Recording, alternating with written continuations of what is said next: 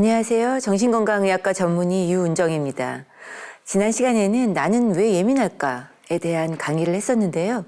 오늘은 예민함에 대한 두 번째 시간으로 예민한 게 나쁜 걸까에 대한 강의를 하려고 합니다. 지난번 시간과 좀 이어져 있는 내용인데요. 오늘은 좀 더 해결 중심적으로 강의를 진행하도록 하겠습니다. 여러분은 자신이 예민하다고 생각하세요? 그래요. 예민한 사람은 사실은 그 태생적으로 어떤 기질이 다르다고 해요. 이런 공간을 이해하는 거라든지 분위기를 파악하는 것, 또 감각 체계 자체가 뇌에서 인지하는 시스템이 그냥 보통 사람보다는 많이 다르다고 합니다. 그러니까 타고난 거죠. 타고난 능력이 되고자 그런 이제 예민함을 받았다고 생각하면 좋은데, 그러니까 세상을 경험하는 방식의 차이가 있는 거죠. 예를 들어서 어떤 분은 이렇게 볼펜 끝으로 자기 손을 이렇게 눌렀다고 해봐요. 그럼 이 정도 느끼는데 나는 좀 더 이걸 강하게 느끼는 사람이 있는 거죠. 추위와 더위도 마찬가지예요. 어떤 사람은 조금만 너무 춥고, 그렇죠? 그런 통 감각, 온도 감각 조절 능력 이런 것들을 다 우리 뇌에 전달되는 시스템이 있는데 그런 시스템이 다른 거다. 그래서 우리가 이제 특별한 예민한 사람들이 있다라고 얘기를 해서 몇 가지 제가 준비를 좀 했어요. 자, 예민함 체크리스트. 해당되는 게 있는지 한번 잘 보세요. 7개 이상이면 매우 예민한 사람입니다. 첫 번째는 배우자가 한 사소한 말에도 쉽게 화가 난다. 또 두 번째, 사람이 많은 곳에 가면 답답하다. 세 번째, 층간소음에 민감하다. 네 번째, 밤에 잠이 오지 않아 힘들어한다. 끔찍한 영화나 TV를 보지 못한다. 너무 이게 감각이 다 들어오는 거죠. 또 드라마나 영화를 보고 너무 쉽사리 거기에 몰입을 해서 눈물을 많이 흘린다든지, 다른 사람들한테 폐를 끼치지 않기 위해서 굉장히 조심한다든지, 싫은 소리를 못하고 신경이 쓰인다든지, 먼 미래의 일까지 미리 앞서서 걱정하는 것, 또 큰 병이 있지 않을까 늘 불안해하는 것, 해당 안 되는 게 없나요? 또 사람들에게 소심하다는 이야기를 자주 듣는다. 또 문단속, 가스불, 지각, 확인 너무 여러 차례 하는 분들이 있죠. 또 운전할 때 사고 나면 어떡하지? 너무 지나치게 깜짝깜짝 놀라면서 걱정하는 분들.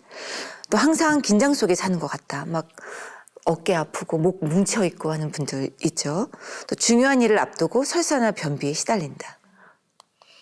밤에 무서워서 TV를 켜거나 혼자 못 있고 불을 켜고 잔다. 사람들과 눈을 잘 마주치지 못한다. 긴장하면 호흡이 잘 되지 않을 때가 많다. 또 감정 기복이 심하다. 쉽게 죽고 싶은 생각이 든다. 걱정이 꼬리를 물고 계속된다. 사실 대부분 불필요한 걱정이긴 한데요. 또 여러 사람들 앞에 서는 것을 피한다. 자신을 싫어하는 사람이 있는 상황을 견디지 못한다. 시험이나 발표에서 평소보다 늘 실수를 많이 한다. 실제 가지고 있던 그 능력보다 더 발휘를 못하는 친구들 꽤 있습니다. 또 권위적인 사람과 같이 있는 것이 너무 불편하다. 예를 들어서 목사님, 또 학교 선생님들 같이 있는 거 불편한 분들 있죠. 약을 먹지 않으면 불안해서 견딜 수가 없다. 가족이 늦게 들어오면 사고 난 것 같아 불안하다. 배우자가 바람을 피울 것 같은 생각이 든다. 요즘 사실 이 문제로 상담 오는 분들도 꽤 많이 있습니다. 이것이 제가 수사관이 아니기 때문에 실제 바람인지 아닌지를 구분짓는 게 제 몫이 아니라 이분이 얼마나 예민한 건지, 과도한 걱정을 하는 것은 아닌지를 판단하는 게 이제 정신과 의사의 몫이죠. 이런 거에서 7개 이상 해당되면 이제 예민한 삶, 매우 예민한 삶이라는 거죠. 제가 마주하는 분들은 사실 예민하기 때문에 병원에 오시니까, 그렇기 때문에 여기 해당되는 분들이 사실 너무 많은 것 같아요. 어떠셨어요? 이거 보는 분들도 저 내 얘긴데 하는 분들 꽤 계실 거예요. 네. 그렇지만 자신을 탓하지 마시기 바랍니다. 예민한 게 나쁜 것이 아니라 이거를 내가 어떻게 내 영향을 미치지 않을까. 생각이라는 게요, 우리 그냥 스쳐 지나갈 수는 있어요. 그렇죠? 새가 머리 위를 날아갈 수 있죠. 그걸 어떻게 막겠어요? 하늘에 날르는 새가 내 머리 위를 날아가겠다는데, 생각이 지나가겠다는데 그걸 어떻게 막겠어요? 그렇지만 새가 내 머리 위에 둥지를 틀지 않게는 할 수 있다. 뭐냐면 내 생각, 믿음, 행동을 다 좌지우지할 정도로 둥지를 탁 트는 거 있죠. 그거는 막을 수 있다. 그 걱정이 스쳐 지나갈 수는 있어요. 그렇지만 내 머리 위에서 딱 둥지를 틀고 너 그거 이상하니까 확인해봐. 하루 종일 그걸로 전전긍긍하고 전화를 해본다든지 잠을 못 잔다든지 하는 행동의 변화, 생활의 변화까지 온다면 그것은 이미 둥지를 튼 거죠. 그래서 우리가 둥지를 트는 거는 막아야 되겠다. 그러려면 어떤 게 필요하면요. 여기는 예민한 분들은 환기를 하셔야 돼요. 환기라는 거는 이런 거겠죠? 저도 늘 사무실에서 하루 종일 근무하는 사람입니다. 그렇기 때문에 쉬는 날은 반드시 밖으로 많이 가요. 환기가 필요하다. 예민한 분들은 공기부터 느껴요. 여기 분위기가 공기가 이상한데? 그 다음에 앉는 자리, 위치에 따라서도 예민한 분들은 오늘의 기분 상태가 달라져요. 그렇기 때문에 속속들이 내가 가지고 있던 어떤 그 에너지 상태를 바꾸는 게 필요합니다. 그래서 같은 공간에 있더라도 좀 자리를 바꿔 앉는다든지, 그쵸? 또 정 내가 밖으로 나갈 수 없다면 창문을 열고 환기하는 것. 저도 출근할 때 항상 출근할 때 창문을 열어놓고 출근해요. 공기를 환기시키자. 또 그것뿐만 아니라 또 자연과 마주하는 것. 좀 걷기 하세요? 우리가 걷기가 좋다는 걸 아마 모르는 분들은 없을 거예요. 근데 제가 진료실에서 걷기를 추천드리거든요. 그러니까 뭐 우울증인데 나 약만 먹기 싫어요. 약 말고 딴 거 없어요. 그러면 걷기를 하세요. 그러면 다들 그래요. 그거 뭐 도움이 얼마나 될 건가. 근데 내가 노력할 수 있는 부분은 그건 거거든요. 우리가 약에 의존하고 싶지 않다면 내가 노력할 수 있는 부분은 걷기예요. 근데 환자분들 못 하세요. 왜? 내가 몸을 일으켜 세워서 나가서 걷는 것조차도 힘든 거예요. 우울증이라는 게 그렇게 정신뿐만 아니라 전신을 지배하는 전신질환이라고 그랬잖아요. 그래서 우리가 체력도 떨어지고 나갈 수 있는 그런 근력도 떨어지는 거죠. 그래서 옆에서 천사처럼 누가 도와줘야 돼요. 같이 나가자고 끌어내고 같이 엄마랑 걷자 이렇게 끌어내줘야 됩니다. 근데 그것도 너무 심한 분들은 그것도 오히려 부작용이 심해요. 서로 간에 갈등이 되고 엄마는 나를 이해 못한다 하고 너는 엄마의 노력을 무시한다고 하면서 갈등이 심해집니다. 그래서 참 어려운 것 같아요.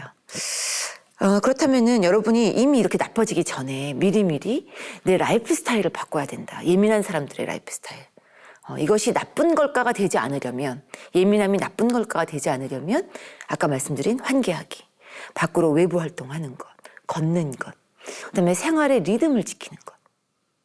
예를 들어서 3일만 잠을 못 자도요 굉장히 예민해집니다. 그리고 지난 시간에도 얘기했지만 배고프거나 피곤하면 우리가 예민해진다고 그랬죠? 그 부분. 그러니까 결국은 굉장히 내 몸을 주의 깊게 귀를 기울이고 내 몸 상태에서 원하는 것이 무언가를 캐치하는 것도 마음 챙김의 굉장히 중요한 부분이에요. 내가 피곤하다면 좀 낮잠을 1시간 잔다든지, 그렇죠? 답답하다면 호흡을 좀 한다든지. 그래서 나의 호흡이, 여러분 그거 아세요? 의식적으로 또는 인위적으로 내가 주도할 수 있는 오직 한 가지가 호흡 훈련이에요. 우리가 자율신경계, 맥박수 이런 것들은 개인이 조절할 수가 없어요. 식은땀 나는 거 조절 못하죠. 설사나고 변비는 거 스스로 조절 못해요.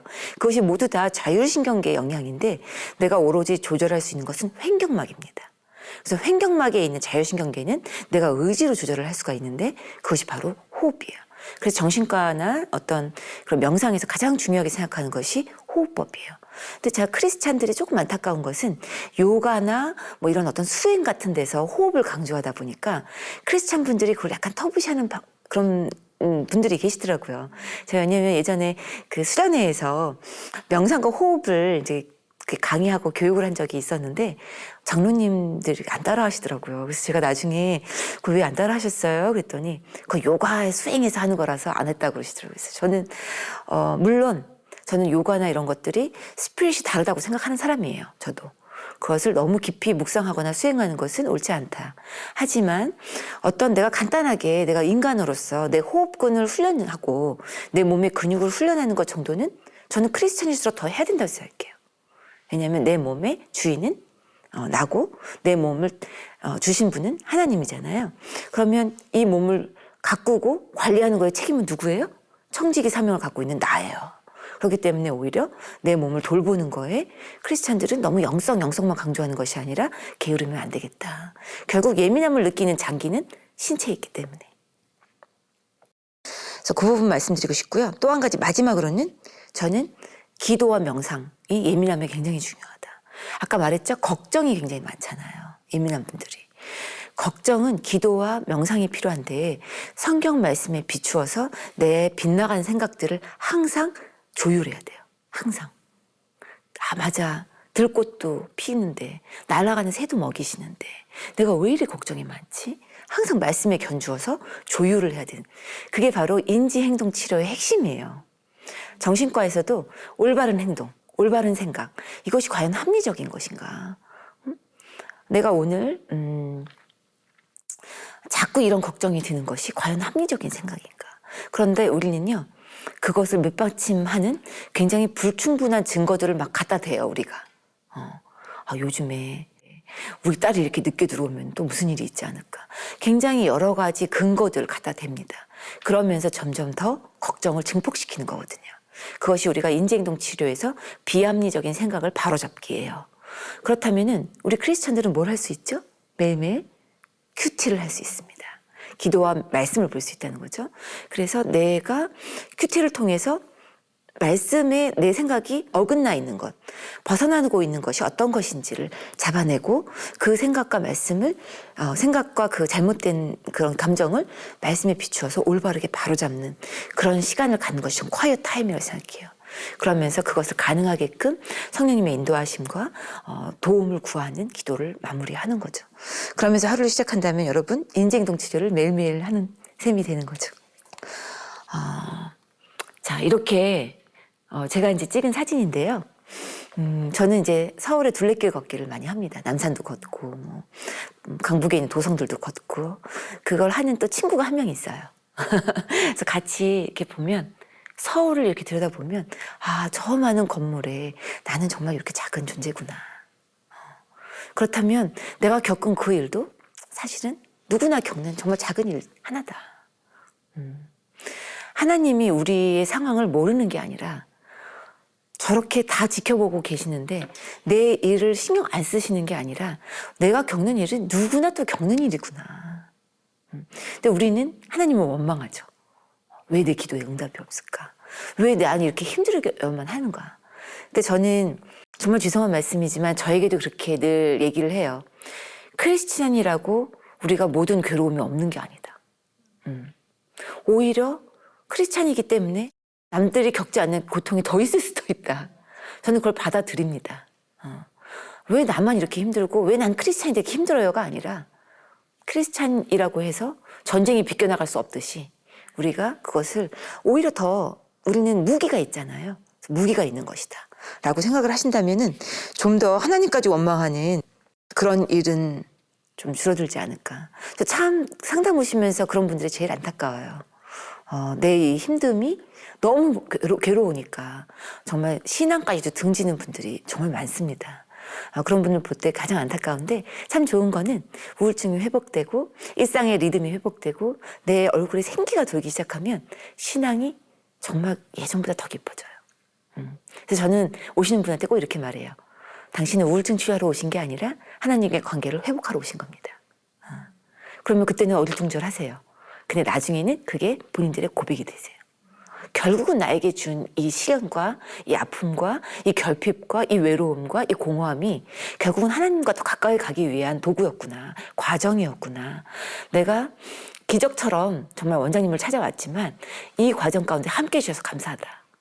이렇게 말씀해 주실 때 제가 가장 큰 보람을 또 느끼죠. 여러분 지금 우울하고 혹시 내가 예민해서 힘들고 어제 한 말로 상처받고 정말 누구도 이해할 수 없는 그런 가운데 있으시다면 제가 오늘 하신 이 말씀 꼭 기억하셨으면 좋겠어요.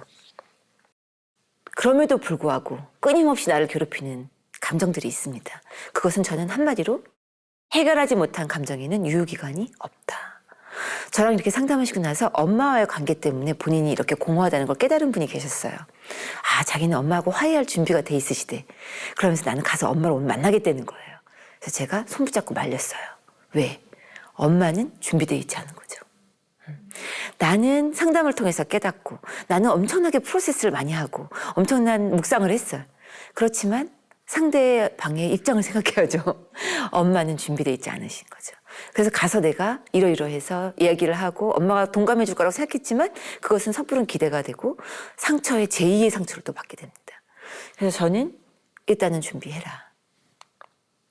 그렇다면은 감정 클리어 리스트를 작성해라.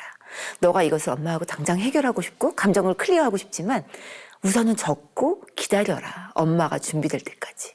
물론 이렇게 말씀드리면 죄송하지만 저는 그냥 돌아가실 때까지도 준비 안 될 수 있다고 생각해요. 그렇지만 내가 바뀌면 엄마의 반응도 바뀝니다. 저도 참 여러 번 강의에서도 설명했지만 엄마의 이슈가 많았죠. 그래서 엄마에게 상처도 많이 받고 또 저는 홀어머니를 모시고 있기 때문에 아들 역할을 하면서 엄마를 여행에 모시고 가요. 그러면 꼭 여행 끝난 날 화기애애한 분위기로 엄마에게 허심탄회하게 과거 이야기를 하다가 본전도 못 겪는 본전도 못 건지는 경우, 상처받는 경우가 참 많았어요. 다시는 여행 가나 봐라. 그죠? 그렇지만 저는 이제는 조금 더 어른이 돼서 감정의 클리어 리스트를 작성하면서 이런 생각을 해요. 아, 엄마 돌아가실 때까지 안 바뀌실 수도 있겠다. 하지만 나는 엄마에게 감사함과 지금까지 엄마하고 동행한 그 시간들이 너무 좋기 때문에 그냥 이 시간들을 계속 갖겠다. 엄마의 저런 부분들은 그냥 엄마다. 그냥 그분이 이렇다. 개별성이다. 엄마의 자라온 백그라운드와 그분의 성장 배경, 지내온 생각, 아버지에게 당한 부분, 여러 가지 그 한 여성을 잃었을 때 그 부분들을 생각하면 당연히 저런 결과물이 나올 수밖에 없다. 라는 생각을 합니다. 그게 바로 이제 감정 리스트, 클리어 리스트인데요. 내가 가장 힘들었던 시점의 발화 시점이 무엇인가? 엄마한테 상처받았던 상황이 어떤 거였나? 그걸 적어봐요. 아, 해봤자 소용없구나. 엄마 심한 말 정말 많이 하셨어요. 뭐 그런 것도 다 적어보고. 그러면 그것이 지금 현재 나에게 미치는 영향이 언제였던가. 그 인지한 것. 이러면 커다란 그림에서 퍼즐처럼 맞춰지는 거예요. 이게 일종의 심리치료입니다. 그래서 모든 분들이 다 심리치료를 경험하면 전 좋겠어요. 하지만 그것이 시간적이거나 마음의 여유나 경제적으로나 상황이 여의치 않잖아요. 그런 분들은 집에서 이렇게 적어보는 것도 꼭 권합니다. 큐티 하시다가도 좀 적어보세요. 내가 이렇게 자존감에 스크래치가 나는 상황이 있었다면 적어봄으로써 객관적으로 상황을 이해하게 되시는 거죠. 자, 여러분 강의 어떠셨어요? 제가 말씀드린 것 그냥 강의로만 들으면 하나도 적용이 되지 않습니다. 제가 말씀드린 꼭 환기할 것, 적어볼 것, 이 두 가지만 지키신다면 조금은 다른 예민함을 가지실 수 있지 않을까 생각됩니다. 그럼 오늘 강의는 여기까지 마치고 또 2부에서 코치님과 함께 사연을 듣도록 하겠습니다.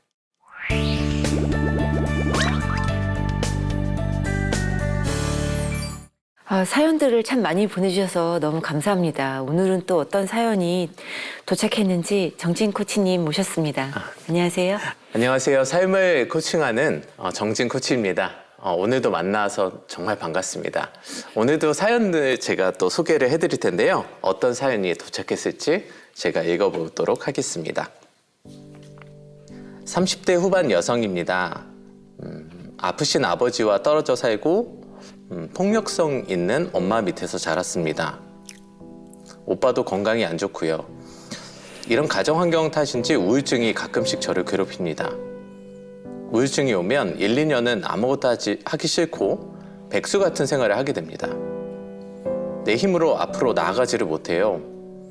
20대부터 하나님을 인격적으로 만난 후 삶의 변화도 오고 나름 잘 헤쳐가려고 발버둥 치며 살았는데 한 번씩 우울증에 무너져 내릴 때마다 힘듭니다. 조금 나아져서 생활을 하는데 극심한 스트레스를 받으면서 우울감에 아무것도 하기 싫고 백수처럼 지내게 되는 일이 30대에 2번 왔어요. 이 때문에 중요한 때를 많이 놓쳤습니다. 취업도 늦어지고 연애와 결혼의 타이밍도 놓치고요. 이제 30대 후반이 되어서 재취업, 결혼 등 희망을 갖지 못하고 있는데 운둔에 있기만 하네요. 어떻게 살아야 할까요? 원장님 참 마음 아픈 사연인데요. 원장님 이분께 한 말씀 해주시죠. 마음 아픈 사연이지만 굉장히 흔한 사연이기도 합니다. 여러분들 생각에 요즘도 폭력이 있는 가정이 있을까? 이런 생각을 하는 분들이 계실 거예요. 특히 크리스찬 교회 열심히 다니는 분들 중에 과연 폭력이 있는 집이 있을까? 그런 생각을 하는데 실제로 많이 있습니다. 이야기를 못하는 경우들도 있고 또 신앙과 별개로 마음에 상처가 있는 분들이 이렇게 두 가지 양상으로 나타나기가 쉽습니다. 하나는 그런 폭력을 답습해서 나도 폭력적이 되는 거예요. 근데 여러분 생각하기에 폭력이라 그러면 정말 뭐 직접 때리고 뭐 뉴스에만 나야 폭력이라고 생각하기 쉬운데 그게 아니고 폭력을 행사하는 모습을 관찰하는 것, 목격하는 것도 폭력이에요. 예를 들어서 뭐 물건을 던지는 거를 아이들이 목격을 한다든지 엄마에게 화를 내는 것을 아이들이 목격하는 것도 나에게 직접 화를 내거나 욕을 하거나 물건을 던지지 않았더라도 그것 자체도 폭력에 노출이 된 겁니다. 그랬을 때에 두 가지 양상이 나타난다고 그랬잖아요. 하나는 나도 폭력을 답습하는 것, 또 하나는 나는 무기력해지는 것. 그 무기력해지는 것은 폭력이 결국은 내 안으로 향하는 경우예요. 이런 내가 뭔가를 잘할 수 있을까? 이런 내가 무슨 직장을 가질 수 있을까? 이런 내가 결혼이나 할 수 있을까? 나는 희망이 없다. 이런 무기력의 이제 최고봉이 자살인 거죠. 그만큼 이제 자기에게 해로운 행동들을 하게 돼요. 여기 보면은 아무것도 하기 싫고 움직이기도 싫고 도전하기도 싫고 네. 이런 청년들이 요즘 사실 30대 넘어서 부모님이랑 같이 살면서 성인 자녀와 사는 법을 좀 강의해달라라고 이야기하실 정도로 그런 어려움들을 겪고 있는 것을 저는 정말 많이 보고 있습니다. 그래도 결국은 이분이 가정 탓 때문에 이런 거지만 모든 불우한 가정을 가진 분들이 다 또 우울증이 오는 건 아니거든요. 내가 이것을 극복하기 위해서 신앙적으로도 많이 노력을 하고 있지만 내 생각도 조금 많이 바꾸어 나가야 돼요. 그러니까 예를 들어서 고정관념으로 내가 상처받았던 것만 자꾸 되뇌이는 경우, 그러니까 자기 연민에 빠지는 거거든요. 나는 남이 정해준 원칙, 남이 정해놓은 어떤 그 원칙에서 나는 그걸 튕겨내겠다. 그 상처를. 그런 식으로 그것을 이겨내는 분들도 계신데 자꾸 그것을 내 것으로 만들고 자기 연민에 빠져. 나는 이래서 힘들어. 나는 이래서 힘들어 하면서 자기 연민에 빠지니까 그 상태에서 스탑이 되는 거예요. 저는 그것을 극복하기 위해서는 물론 어렵지만 저도 많이 실천하고 환자분들도 많이 권해요. 나에게 상처 준 그분을 위해서 기도하라. 그게 참 쉽지는 않습니다. 그렇지만 내가 행동으로 옮길 때 그 이후의 일들은 또 하나님 책임져 주시더라고요. 내가 그 사람에 대해서 나쁜 감정을 갖고 있지만 안 좋은 감정을 갖고 있지만 그럴수록 그분을 위해서 기도할 때에 상황은 똑같아요. 그 사람 절대 안 바뀌죠. 하나님이 기도한다고 해서 그 사람 뿅 바뀌게 해주는 게 아니에요. 그 사람은 똑같아요. 하지만 내가 그분을 대할 때의 마음가짐이라든지 상처나 예민함이 확실히 줄어드는 걸 발견하실 수 있을 겁니다. 어떠세요? 이런 분들 코칭하실 기회가 많이 있죠? 네, 정말 마음이 아프신 분들이 정말 많으신 것 같아요. 근데 저는 이분 사연을 들으면서 또 제 옛 생각도 나기도 하고요. 저도 지금은 이렇게 잘 모르시지만 사실 마음이 많이 아팠습니다. 그래서 이 마음이 아픈 걸 어떻게 해야 되나. 그래서 제가 해결했던 방법, 이분을 위해서 한 3가지 정도 한번 말씀을 드리면요. 첫 번째는 그 아까 원장님께서 말씀드렸듯이 감정 리스트, 감정 클리어 리스트를 조금 다른 방식인데 감정 일기를 쓰는 것입니다. 그래서 나의 모든 느껴지는 감정을 다 적어보는 것. 그런데 그걸 좀 숨기지 않고 그리고 혹시 누가 볼까봐 좀 겁이 나잖아요. 그러니까 빨리 쓰고 이렇게 없애도 되니까 다 써보는 겁니다. 근데 여기서 제일 중요한 것은 감정을 이렇게 다 느끼고 이 감정을 느끼는 나를 사랑하고 용납한다. 그러니까 보통은 이런 감정을 느끼는 나를 또 싫어해요. 그래서 또 슬프고 또 그렇죠. 억울하고. 크리스찬은 내가 크리스찬인데 이렇다니 한심하다. 맞습니다. 이게 더 추가되는 거죠. 근데 이제 다윗을 보면 그 시편에 정말 자신의 감정을 솔직하게 어떻게 보면 굉장히 좀 이상해 보일 정도로 막 자기의 분노를 표현하고 갑자기 주님을 마지막에 찬양하고 그러니까 감정 얘기할 때 막 쓰다가 막 슬프다가 또 쓰다가 또 배고프면 또 아우 배고프다 뭐 이런 것도 쓰고 그래서 다 적어보면 정말 한 20일의 기적이라는 말이 있습니다. 감정 얘기할 때 다 적어보면 아 그래도 조금 숨을 쉴 만하다. 뭐 이런 날이 또 오실 것 같고요. 그 다음에 이제 또 2번째는 이제 또 너무 아프고 힘들면 또 써지는 것도 안 됩니다. 그러면 2번째는 정말 신뢰할 수 있는 목사님, 소문이 안 날 수 있고 이거 얘기했을 때 뭔가 뭐라고 할 사람 말고 믿을 수 있는 사람이 있다면 좀 한 사람에게 계속 이 이야기를 정말 깊은 뭐 A급이 아니더라도 한 B급, C급 얘기라도 이렇게 하면은 그래도 어느 정도 좀 해소가 될 것 같고요. 그다음에 마지막 세 번째는 전문가를 찾아가라는 것입니다. 사실 보통은 이제 마음이 아픈 건데 여러분 사실 몸이 아프면 조금 아프면 그냥 집에 쉬면 되지만 막 피가 나고 막 그러면 응급실에 가잖아요. 사실 이분은 많이 아프신 거거든요. 그렇죠. 응급실이 필요한 분이죠. 응급실이고 전문가가 필요한데 이렇게 혼자서 지금 그걸 감당하고 계시니까 더 심해지고 그러는 거죠. 그래서 저도 지금도 사실은 저는 개인적으로 코칭도 받고 전 심리 상담을 지속적으로 받습니다. 그것이 뭐 제가 이상해서가 아니라 저를 이렇게 관리해 나간다고 생각하거든요. 전 전문가가 상담받는 거가 윤리적이라고 생각해요. 그래서 꼭 그 사연을 보내주신 분께서 도움을 받으셨으면 좋겠습니다. 근데 이제 보면 전문가를 못 찾는 이유 중에 대표적인 게 신앙으로 이겨야 된다라는 생각이에요. 근데 저는 그 말에 전적으로 동의를 합니다. 왜냐하면 신앙이 우리에게 줄 수 있는 그 힐링과 그 치유의 변화는 저도 경험을 했기 때문에 그것이 굉장히 중요하다는 건 아는데 일단 몸이 말을 안 들으면 그 부분은 뇌에 어떤 변화가 일어난 거거든요, 이미. 그 부분은 또 의사도 하나님께서 창조하셨고 또 우리 좋은 약들도 또 전 다 하나님 그보다 훨씬 큰 분이라고 생각하거든요. 그리고 약 같은 거는 먹지 마라 이럴 뿐은 아니라고 생각해요. 모든 도움이 될 수 있는 부분들은 다 도움을 받는 것이 맞겠죠. 이분 같은 경우는 제가 만약에 병원에 오신다면 확실히 그 지금 2년 이상 이렇게 된 거기 때문에 우리가 우울증을 진단할 때 2주 이상이에요. 아까 정확하게 보셨죠? 너무 응급 상황이다.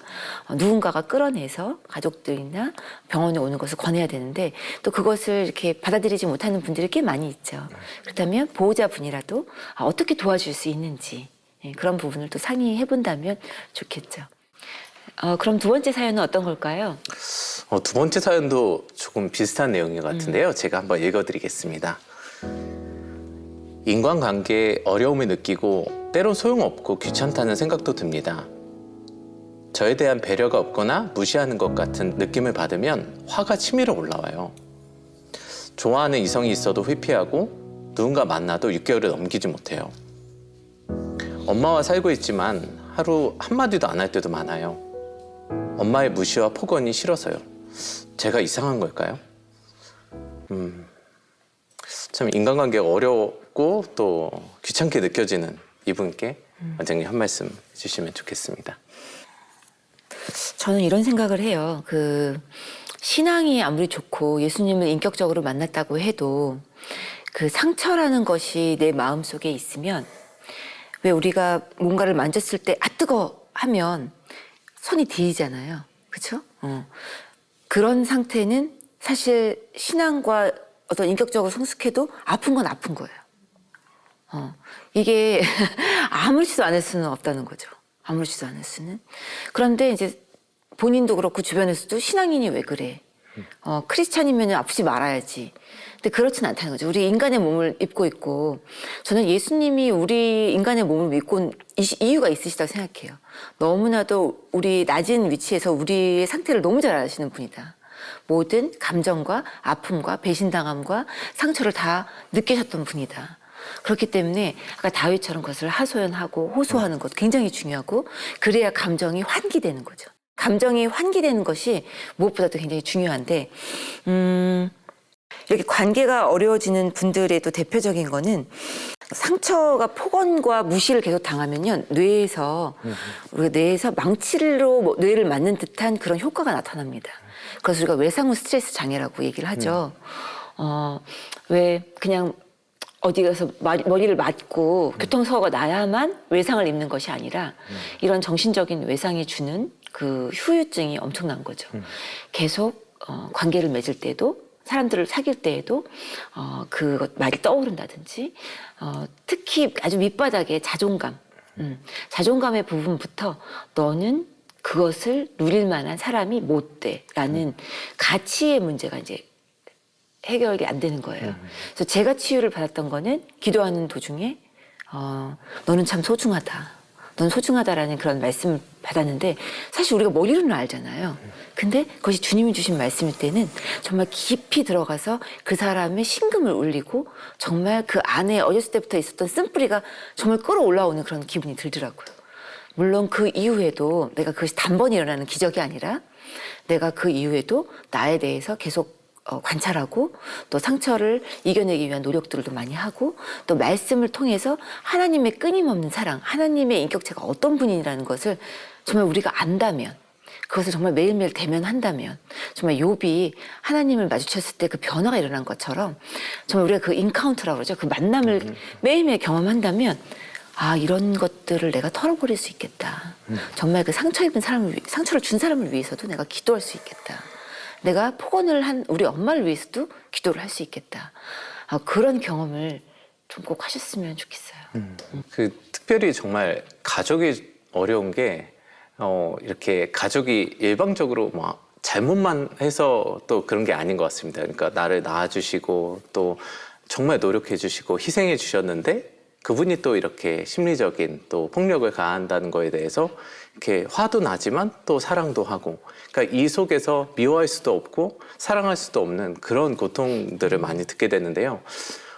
그런데 꼭 저는 이런 분들에게 말씀드리고 싶은 건 꼭 이렇게 아까 말씀하신 것처럼 이렇게 폭력, 물리적 폭력만이 폭력이 아니고 이렇게 심리적인 폭력도 폭력일 수 있다. 그래서 먼저는 좀 일단은 거기서 그냥 버티고 있으면 너무 아프고 힘들잖아요. 그래서 좀 더 어떻게 하면 이 폭력에서 내가 좀 스스로 보호할 수 있을지, 좀 거리를 둘 수 있을지.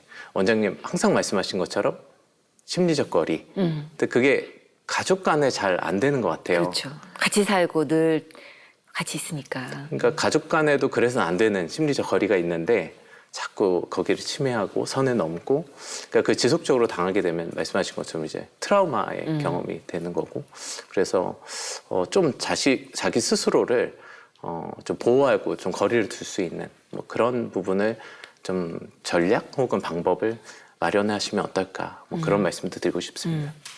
뭐 때로는 또 물리적인 거리가 필요할 수도 있습니다. 맞습니다. 뭐 독립을 하거나 그죠? 맞습니다. 네. 학교를 가거나 이제 뭐 이런 방법들도 있을 수 있는데요.